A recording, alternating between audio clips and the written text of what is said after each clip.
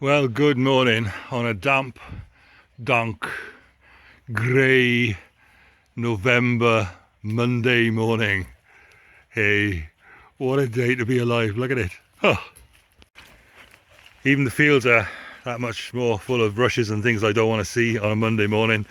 We've had issues with climate change, obviously. COP26 is, I think, still grinding on as the subordinate, all the top leaders have left, the subordinates are grinding on, trying to get some solutions and some agreements, doing the real work of the conference.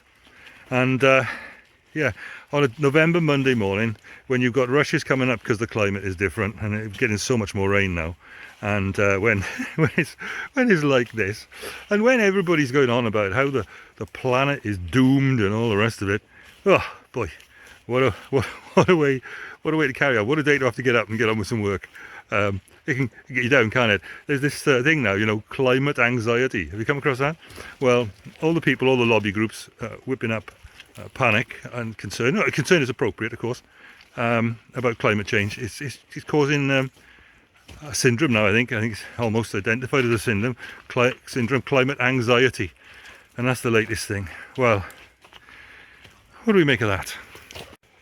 Of course, all these guys are anxious about is their immediate needs, their breakfast at this point in time, and they're going to get that in just a minute, and they'll be happy. And their heads are sort of concentrating on bigger things, I suppose.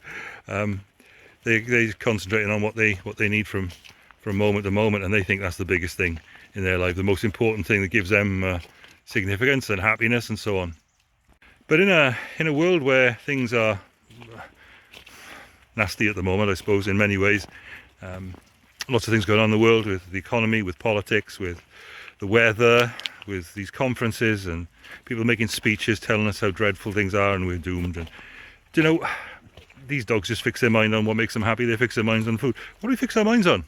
What do we concentrate on? What are our priorities? How do we adjust our priorities so we can live in this context and make progress with the things that need adjusting, but yeah, actually manage day to day on a Monday, on a wet Monday in November like this? Where do we fix our minds? What's our aim? What's our objective? What's our purpose?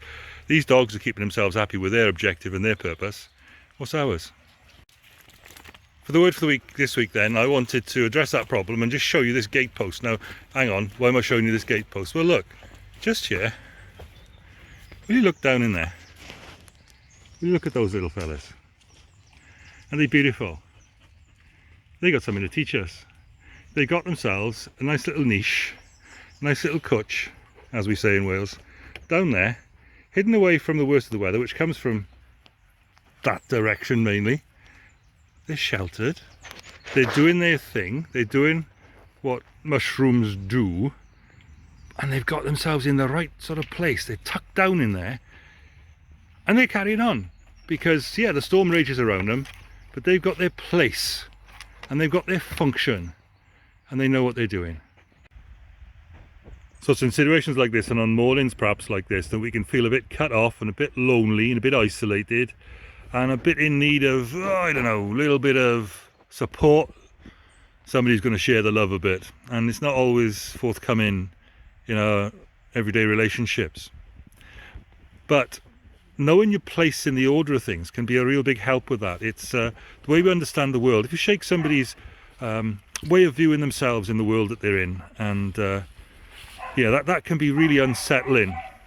Not knowing what you're doing and not knowing where you're going and not knowing what it's about. And that's where what we call a meta-narrative, a big picture, really comes into play. And Paul addresses that for the Ephesians. They had a rough time, actually. That church in Ephesus had a very rough time of things, with pressures from within and without. And Paul writes this, he says, from him, that's from the Lord Jesus, the whole body, that's the group of the church together, being together as God's people, not the building. That's not what a church is in the Bible. In the Bible, a church is a group of people on mission with God, in union with God, joining together with others to be a group of people walking with God and trying to do his work in the world, fulfill their place in the order of things with him. From him, the whole body, joined and held together by every supporting ligament, yeah, we need a bit of supporting ligament, don't we, grows and builds itself up. I could do that on a Monday morning in November. Builds itself up in love as each part does its work. Now that's crucial, that last bit. Did you see that? Joined and held together by every supporting ligament, grows, we need some personal growth, builds itself up, we need a bit of building up because all this climate anxiety and the pressures of so many things around us, we need building up to be strong in the face of that. We're built up in love as each part does its work.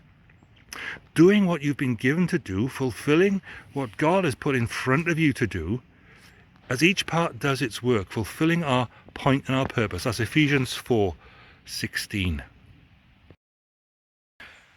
Little me can't do everything. Little me can't solve all the problems.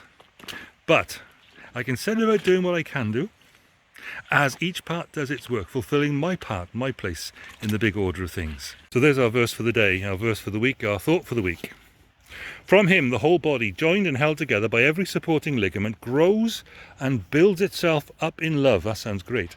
As each part does its work.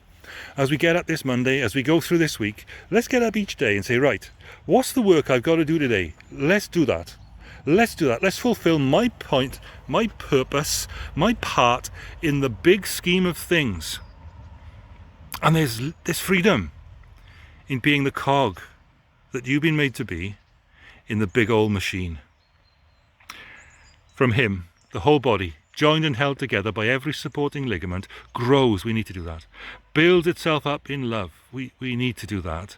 As each part does its work. And as climate anxiety and the pressures of November and a dank and a wet and a damp Monday morning comes in on us. Yeah, that gives me a bit of fire to get up and go again. I got a job to do. I got a place in the big order of things. I fit on this scene. Now then, let's get on with that. I hope you have a great week. That's my word for the week.